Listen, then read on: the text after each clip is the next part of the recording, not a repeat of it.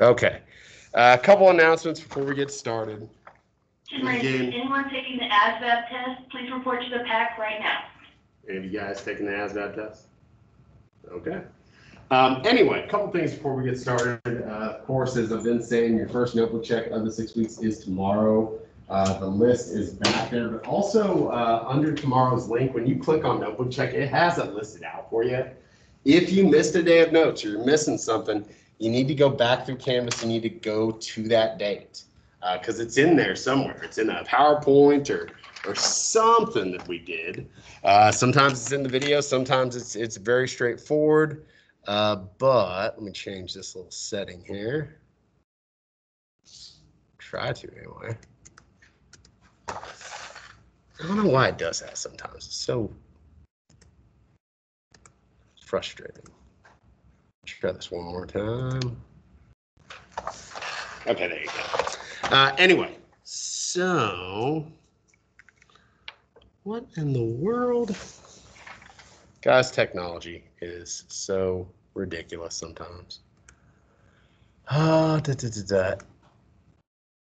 And I can't multitask worth anything, unfortunately. So I could tell you stuff while I was doing this, but it doesn't always work like that.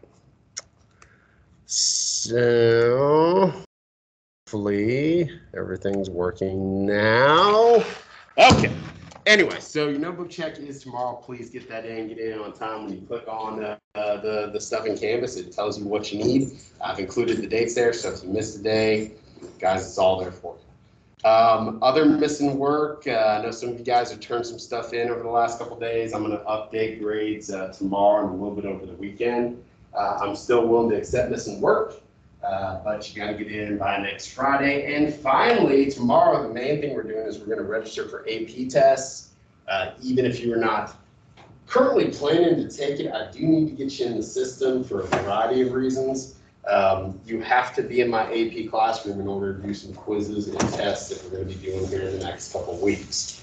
If you have not already created a College Board account, or if you have a College Board account and forgot your password, or if you have not joined my AP classroom, please do so tonight. It's going to make everybody's lives a lot simpler tomorrow.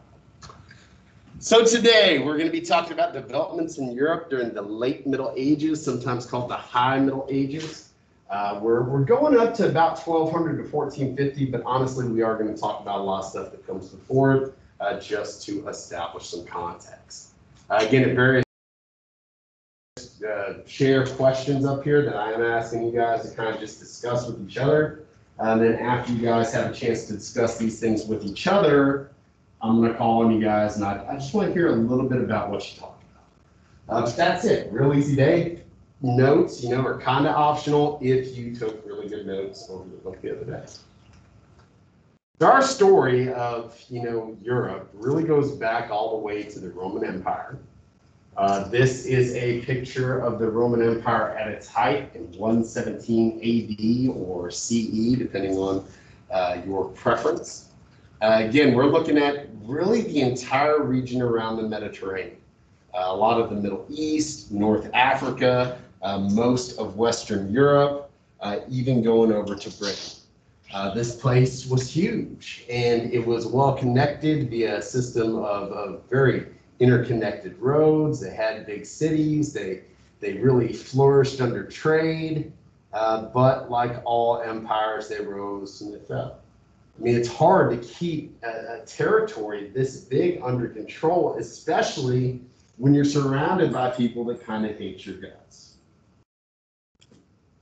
Just to give you a frame of reference, that would be comparable to the United States, the continental United States. Again, the U.S. itself is probably a little bit bigger, but not that much. Again, pretty interesting. They really thrived for about 500 years. And during the heyday, Rome itself, some of their big cities, I mean, they're these urbanized centers. They've got high populations. There's a lot of wealth there. I mean, trade is flourishing. Things are going really good.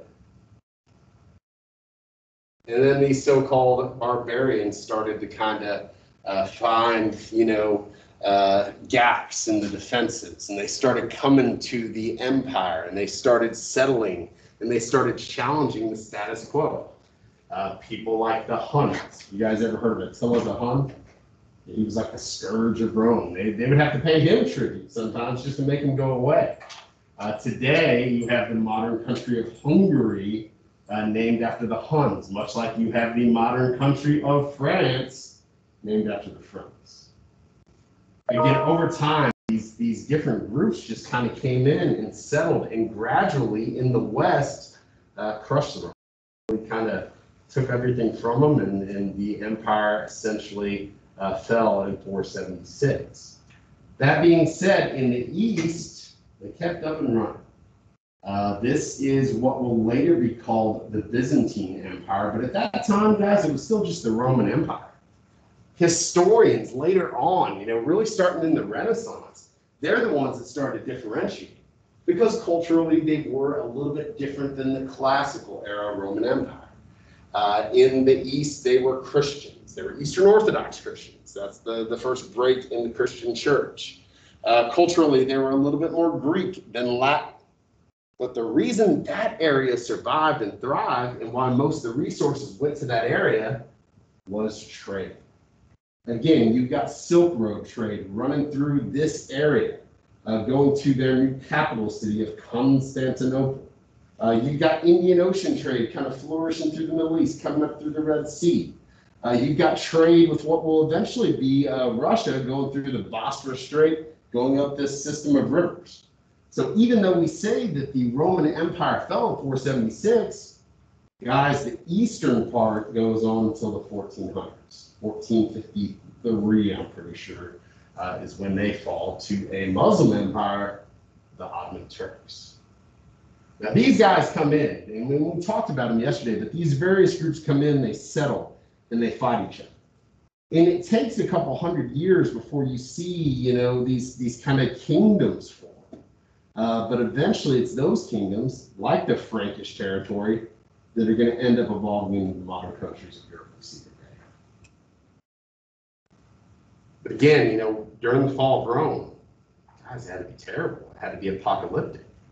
Again, we talked about the sacking of cities. Yesterday in the video, you watched the Vandals sacking Rome. It's where vandalism comes from. It's got to be very chaotic. It's got to be very scary. The government literally collapsed. And the Romans, they've been the government for 500 years in most of Western Europe. They're not there. And the people that would grow up, in the years after, maybe 50 years later, maybe 100 years later, they're less advanced. They're less educated. Yet they're surrounded by the ruins of this very advanced civilization. Think about how depressing that would be. To be able to look at all these monuments and all this technology that you don't know how to use anymore and saying, man, a few hundred years ago, they had it figured out. What happened? We can't do this stuff. Again, scary times. That's one of the reasons the early Middle Ages, and have you guys ever heard of medieval? You ever heard that term, like medieval times? All that means is the Middle Ages. Okay, so it's the same thing. The early Middle Ages, it's called the Dark Ages, because things kind of sucked.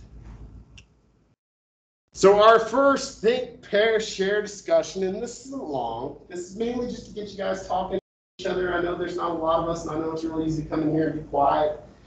And I know it's first thing in the morning and you're tired and you just want to just be done with all this. But believe it or not, talking through this stuff and comparing your thoughts on historical issues, sometimes it brings new ideas to life. These are easy also. Most of this stuff is really just your opinion. So I'm going to give you guys about, maybe 3 minutes.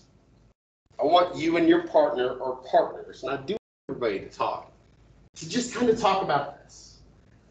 First, what would it be like in the United States if the federal, state, and local governments suddenly closed?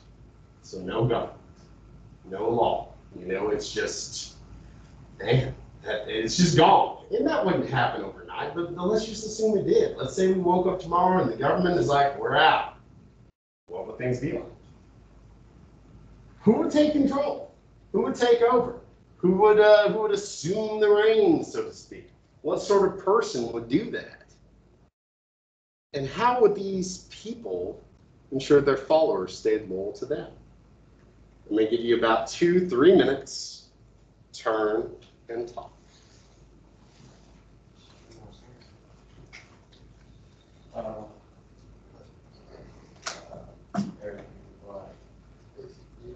One of you's got to kick it off, guys.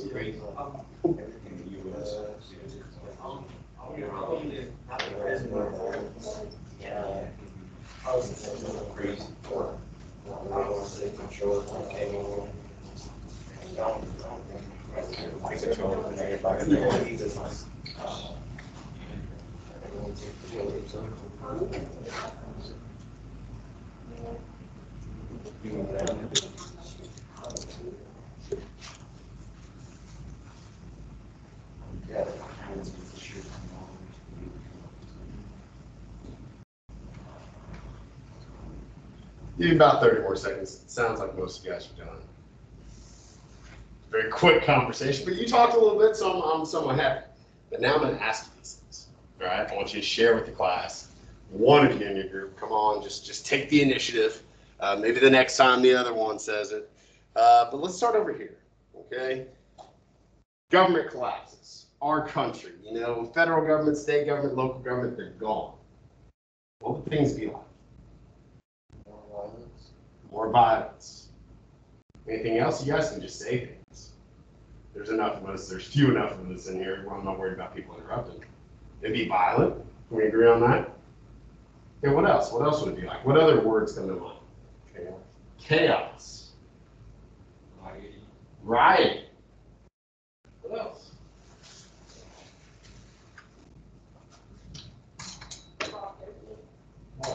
Well, there is no law. You can do whatever you want. It's anarchy.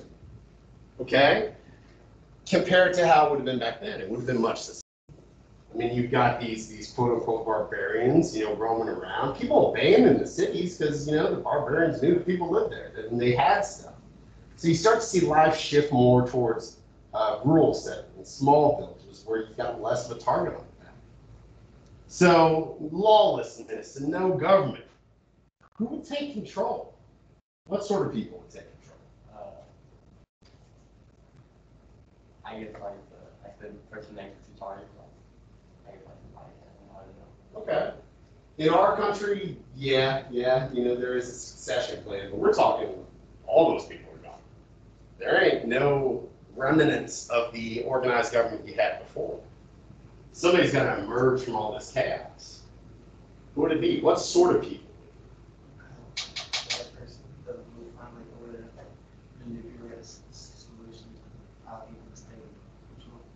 Quite possibly. Is it a bad person? Somebody to try to manipulate, somebody to try to ensure that they stayed in control? Possibly. What would that person have to have, though, on their side in order to assume power, in order to say, hey, I'm the president, or I'm the king now? Money, and what else? Power. How do you get power back then? People who follow you and support. That's brilliant. Okay? So you're looking at these different tribes coming in. And it's the leaders that had a little bit of wealth, they were able, in this case, to steal a lot of wealth, but also that had armies, that had support. So maybe you come in and you take over and you proclaim yourself king or queen, and you've got this army and you've defeated your enemies. Well, now what? How are you going to ensure that these people continue to follow you instead of some other guy? What would you do? I mean, you're the king, but man, if the masses don't want you to be the king or the queen, you're not going to be the king or the queen for long. So what could you maybe do to get people to follow you? How might you legitimize your authority? Threaten them? Is that what you said, threaten? Okay. You can scare them. That's only going to work for so long. I mean, eventually, the many, they can take over if they want. So what else must you do? Right. Bribe. What's something that leaders have done throughout history to legitimize their authority? We talked about that a lot. You probably wouldn't do this. I don't think people will believe you nowadays, but they might have, 1,000 years ago. Maybe you play on their beliefs. Maybe you claim to be something more than just a person. I mean, all these things. I mean, all these things are reality, and all these things will be used to various degrees. Again, by the time you get to the year 500, and that's only, 30, 40 years after the Roman Empire's collapse, you've got these tentative boundaries kind of formed. And they're not formalized yet, but that's, the area where the Franks are. And this is where the Visigoths are hanging out. And this is where the Ostrogoths, there's a lot of Goths. And this is where the Angles and the Saxons are. And the Vandals, they end up mainly going to Africa.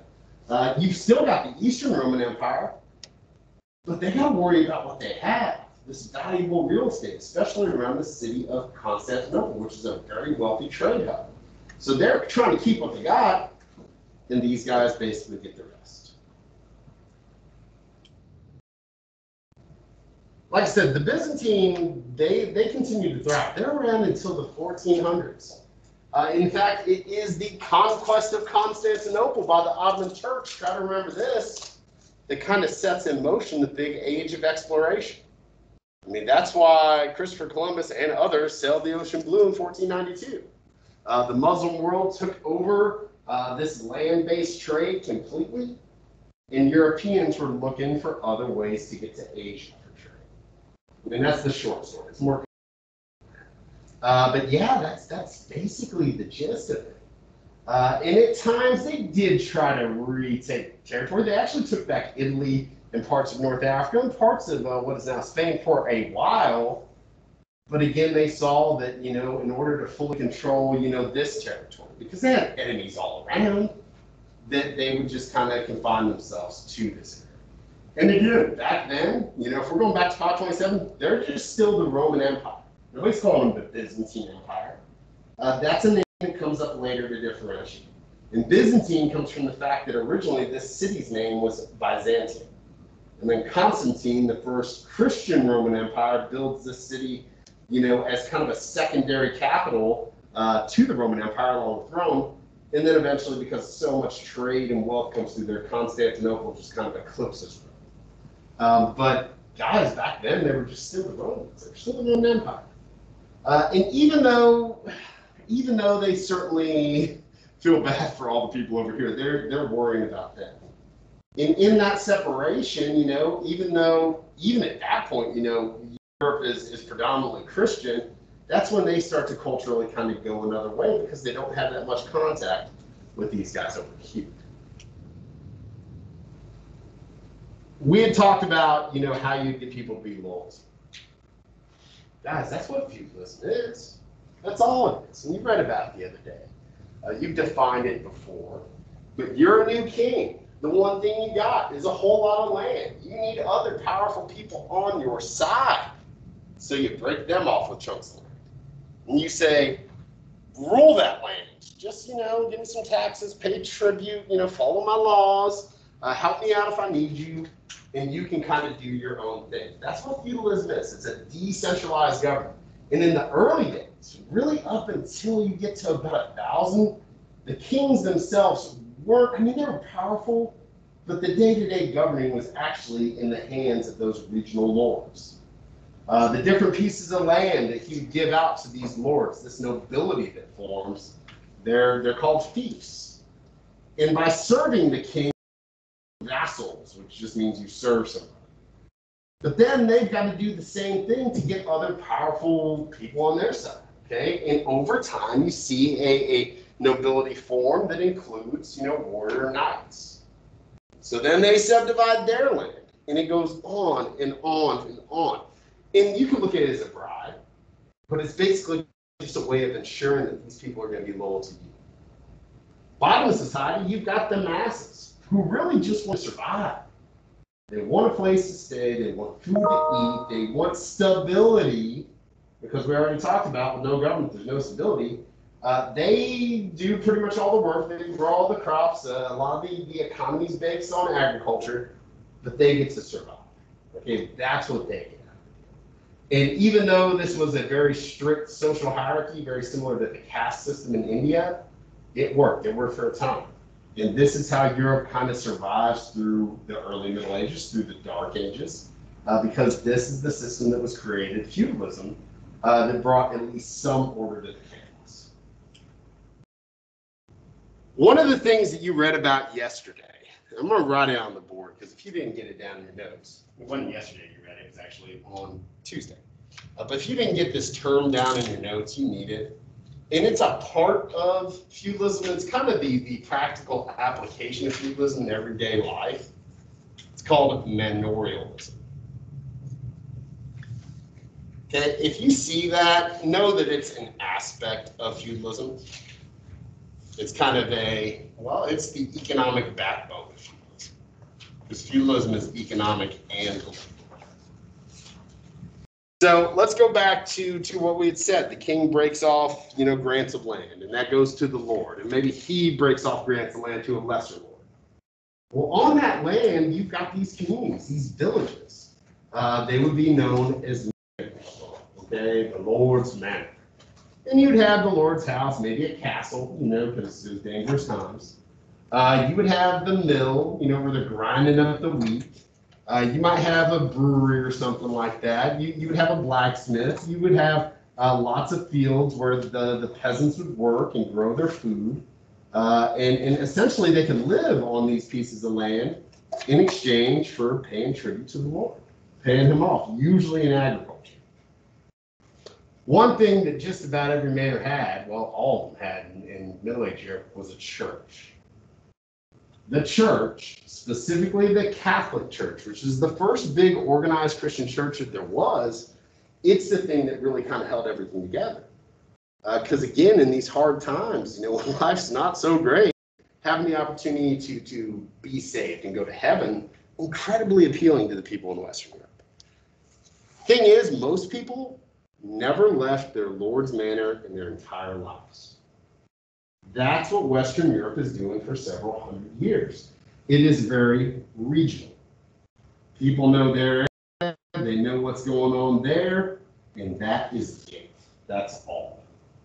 And just think about that. Most people, for hundreds of years in Europe, didn't leave probably a 40, 50 mile kind of square radius. That is how insulated they were. Now, one of the things that they talk about was the 3-field system. You should have that down. It was in bold, but it was a way of crop rotation to increase agricultural productivity. You saw that as a part of manorialism as well. Now, the lower classes, they were either considered largely free peasants or serfs. Now, peasant, that's just a commoner. I think you got that down. They can kind of do their thing. They got to follow the laws and pay taxes. A serf is different. And if you didn't get this down in your notes, I'd highly recommend that you write it down because this is something we're going to see in a lot of areas in the world at this time. A serf is not quite a slave, but they ain't far from it. Peasants can choose to live on a lord's land. They can choose their job. They can move away if they want to. They got freedom. A serf does not. They basically are in a binding agreement. They stay on that land. They belong to that land. If the lord, the nobleman, sells his land, the serfs kind of come with him. They're bound to that land, and they essentially get to live there in exchange for working the land and basically doing whatever the lord needs. They can't move without the lord's permission. They can't marry without the lord's permission. They can't change jobs without the lord's permission. They're basically exploited labor. It's not quite slavery because it's not quite an agreement they made because you could be born into serfdom. But usually we don't call it slavery because it's not so much like their own property. It's not so much like they're in chains. They have a lot of freedom. In the area they live, they're working on their own. They're kind of living their lives, but they also don't have a whole lot of freedom. They belong to that land, and really the only way they can get off of it is if they escape, or the Lord grants them permission to do otherwise. So serfdom, it is going to come up again. It's worth noting. Which brings us to our next think, pair, share questions. Now this one you got to kind of imagine. Okay, play make-believe just a little bit.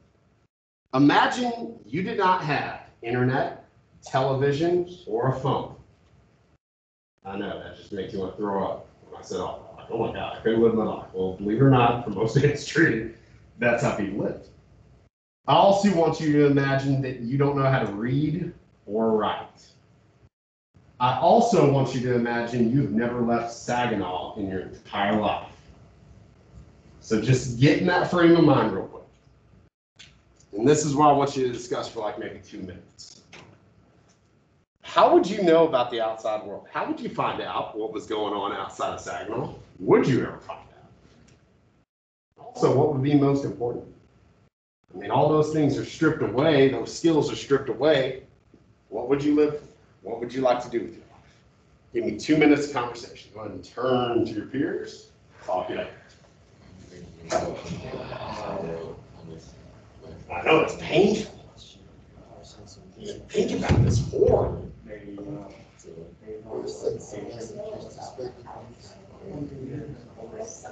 Is it everybody that doesn't have a lead on it? You're not around anybody that has it. Nobody you've ever met has it. We're living in a world that doesn't have these things in it. What like a mechanical, not actually from a mechanical photo? I mean, now we're getting into a bunch of what ifs. Let's just assume that modern technology is non-existent. Give you about, I don't know, a minute or so. Although it sounds like you guys went silent very quick, so maybe we don't need that.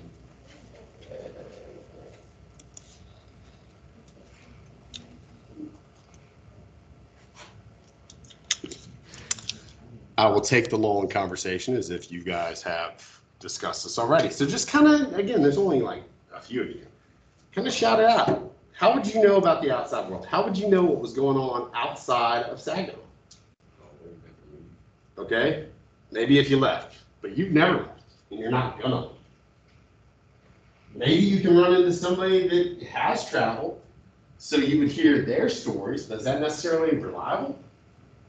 I mean, you've talked to your friends, and they talked about what they did on the weekend, and made it sound super cool, probably cooler than it really was.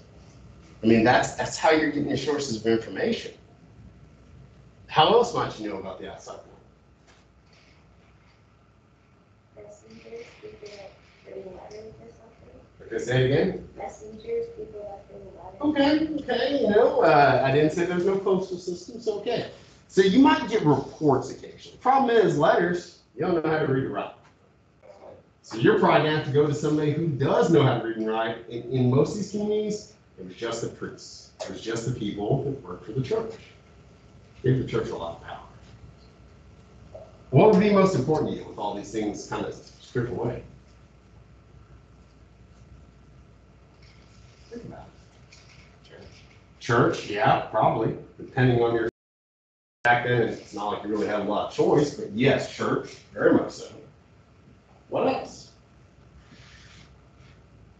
Maybe their friends. Your friends, your family. That's all you have. I mean, believe it or not, for most of history, families stayed together all day, every day. They worked together, they slept together in the same house. They didn't have a whole lot, but they could rely on each other, and that's all they had. Guys, that's most of history, and that's definitely most of history during this time period in Europe during the Middle Ages.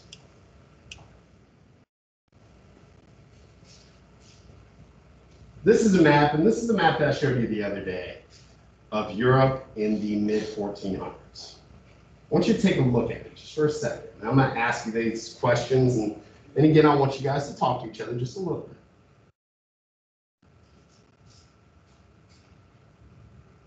First, and some of these kind of blend together.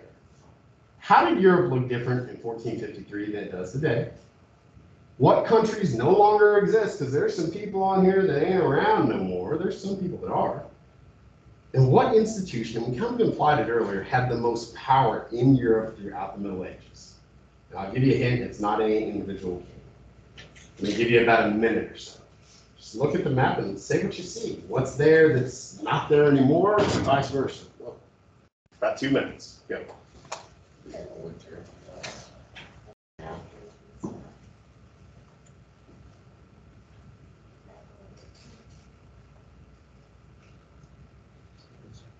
And as I stand at the back of the room, I realize it's really small. So I may have to change that up next period.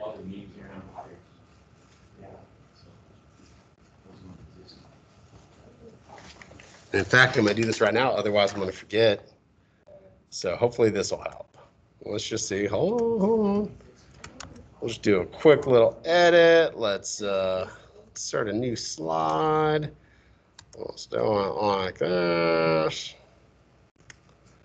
Copy and paste that bad boy. Stretch it out a little bit.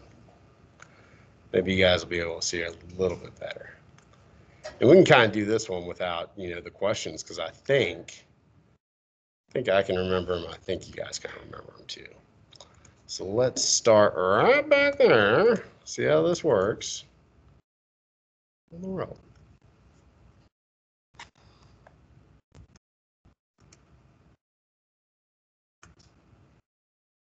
Oh, I don't want to do that. Why is it acting so weird? Technology. I love technology. I just love it. Okay, hopefully you can see that a little bit better. Real quick glance. What countries on there are still around? Just start shouting them out. Sweden, yes. France, yes. Portugal, yeah, okay. Norway, Denmark. Give me two more. Hungary, Madrid, Scotland, England, Ireland, a few others. Is there a pretty big one that's not around anymore? You probably maybe never even heard of? Wallachia. You know what's funny? Wallachia, you know who's from there? Count Dracula. We're going to actually talk about that later. He was kind of sort of a real guy. He was based on a real guy. But you're right. Wallachia is part of Romania now. He wasn't really. He was probably worse than a vampire. He did some crazy stuff. That's why they wrote the story about him, making it look like he was a vampire. His name was Vlad Tepes. His title was like, he was a part of this knighthood that was the Order of the Dragon, and Dracul was kind of like a title, which I think meant like son of the devil or son of the dragon. A lot of crazy stuff. We're gonna get to that later, okay? Anybody ever heard of this? No. The Holy Roman Empire. Not holy, not Roman, not really an empire. That's the Holy Roman Empire. Is it Germany now? It's mainly Germany. You are correct. Now, what this was, don't think of it as an actual country or an empire. It's a confederation of a bunch of small kingdoms and duchies and stuff like that. And there is an emperor. He's appointed by someone who would be considered the holiest of all in the world at this time. Who's the leader of the Roman Catholic Church? The Pope. Very good. So this is kind of an empire, but not really. It's more of a ceremonial title than anything. These guys are supposed to work together and help defend the Catholic Church and the Vatican, here in the Papal States. But really, it's a confederation more than anything else. Guys, what starts to happen by the time you get to the 1400s, but even before that, by the time you get to the 1000, okay, the high Middle Ages. Whereas you had that feudal system, which is still around, but under that system, the lords, the nobility had most of the power and the kings were kind of weak. Kings start to gain more power. And rather than, people be just loyal to their lord, their noblemen, they're starting to get more of a national identity. We are French. We are English. You guys read about the 100 Years' War, I believe. Yeah, for 100 years, these guys fought each other. They didn't like each other up until the 1900s. But again, you start to see more of a solidification of national identity. The kings get a little bit more well-organized. Their governments get more bureaucratic.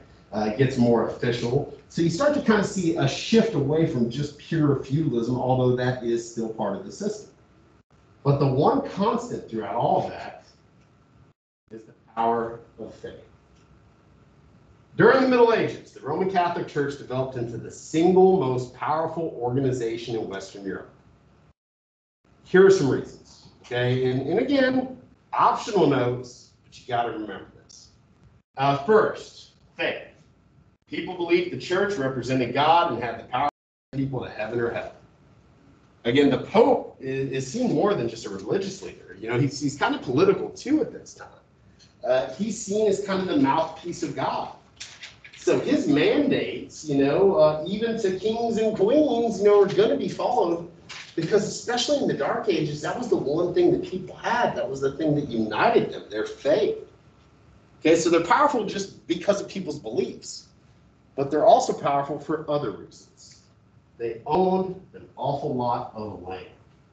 So let's say you're a nobleman, and maybe you've done some not so good things, and you want to ensure that you're getting into heaven. Well, a lot of nobility would leave the church land. And back then, if you had land, you could make money. I mean, people are already, paying church taxes, something called tithes. So the church is getting rich, but they're also inheriting land.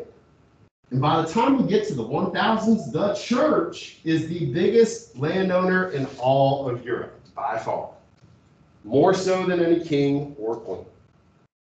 So they got the land, they got the money, and for a long time, guys, they're the only people really in society, in most of these manors and most of these fiefdoms, in feudalism, that could actually read and write. They were some of the very few educated people. So kings had to rely on them, to read them their letters and, to give them advice. And again, later on, you'll even see some kings kind of revive that idea of, hey, I was chosen by God to be king. But a lot of that goes back to just the power of the church, the power of the Catholic Church. It is immense during this time period. So immense that the Pope can declare war. We talked about this yesterday.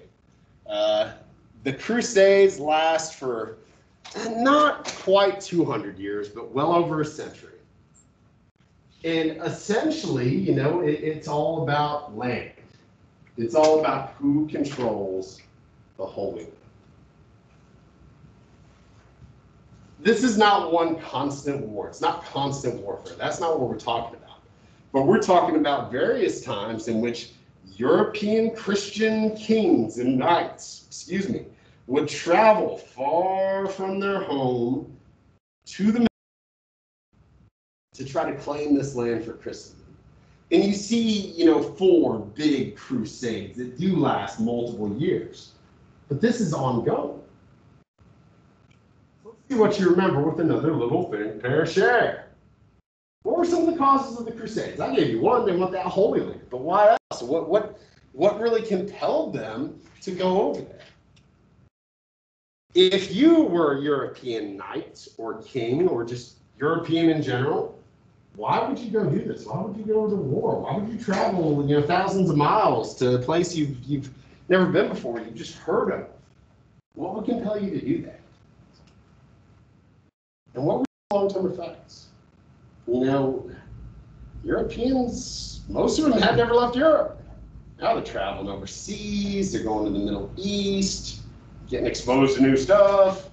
What could be some of those effects? I'm going to give you guys 2 minutes. This will probably be the last one. But so 2-minute think, bear, share. Go.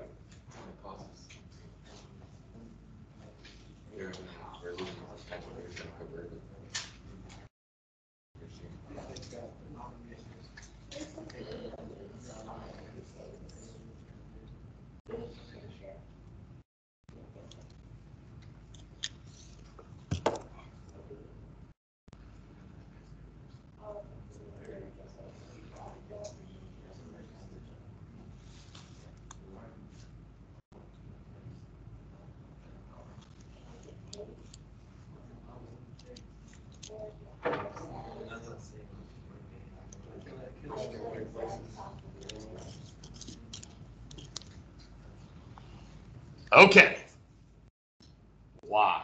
Why would you go? Why did it happen? Who can give me just a reason why? You can just shout it out. There's, like I said, not many.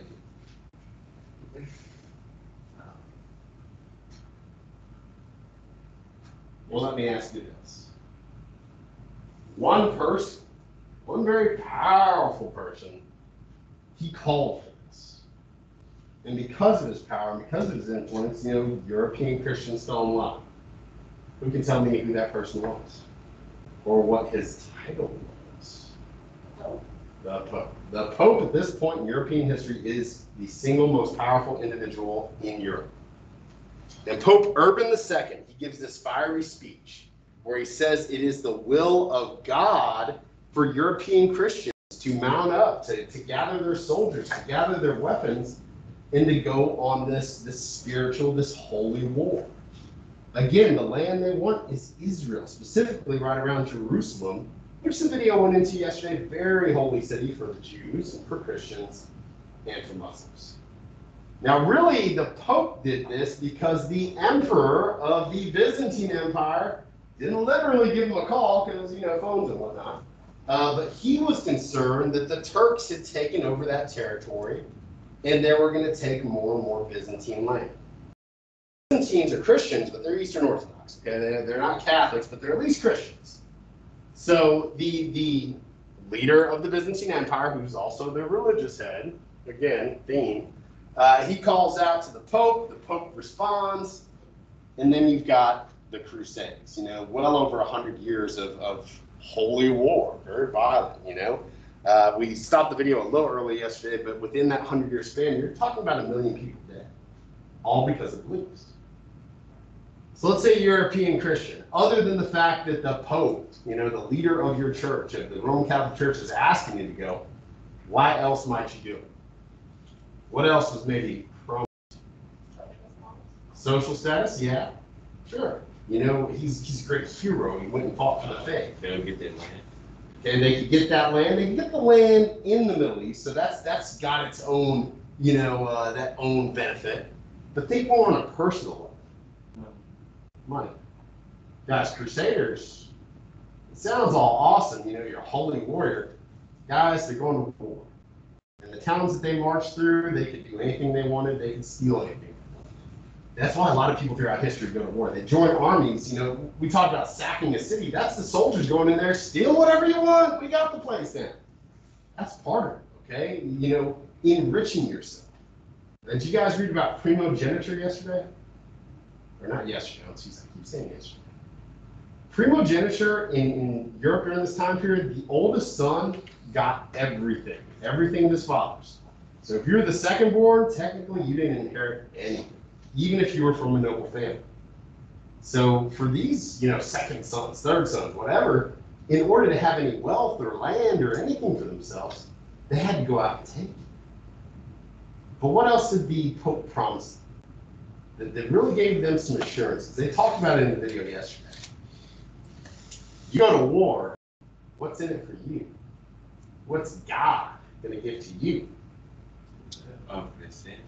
Yeah, that's the fast pass. It's like Six Flags. You know how they have the fast pass? That's your fast pass into heaven. You go to this war, the Pope says, you know, this war can do whatever you want. Kill whoever you want, rob whoever you want, rape whoever you want. It's all good. Because you're fighting with God now. They gave him a free pass. And considering the faith was just so strong at this time, yeah, a lot of people took him up on it.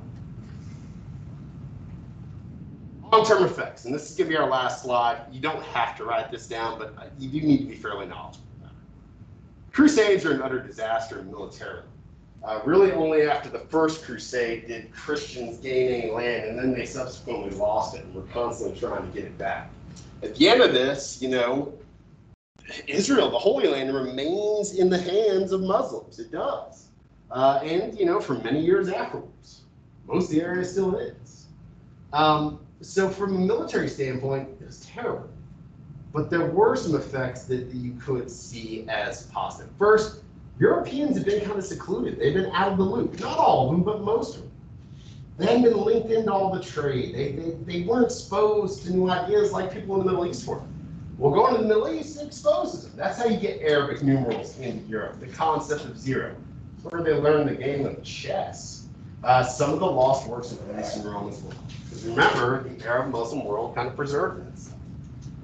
Increased trade and travel. Now Europeans are hooked back into the trade networks. And they're getting all this cool stuff, silk and rice and spices and coffee and cotton cloth and glass mirrors, a lot of which for the very first time.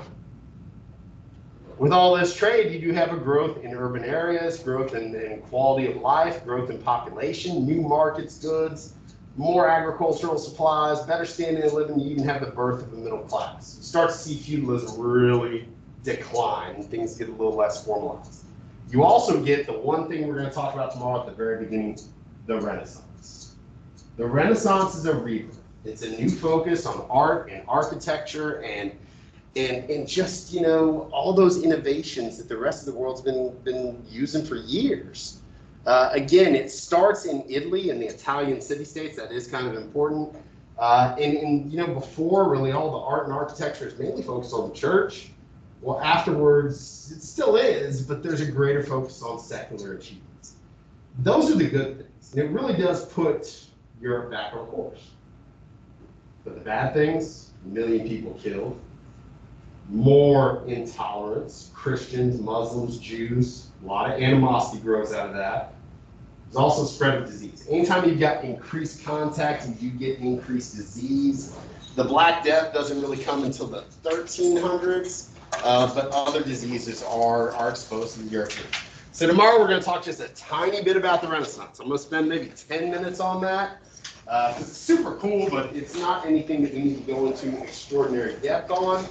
And once that's done, we're doing AP test registration stuff. You guys did a good job. You'll start clearing your desks. I'll come around and I will spray them down.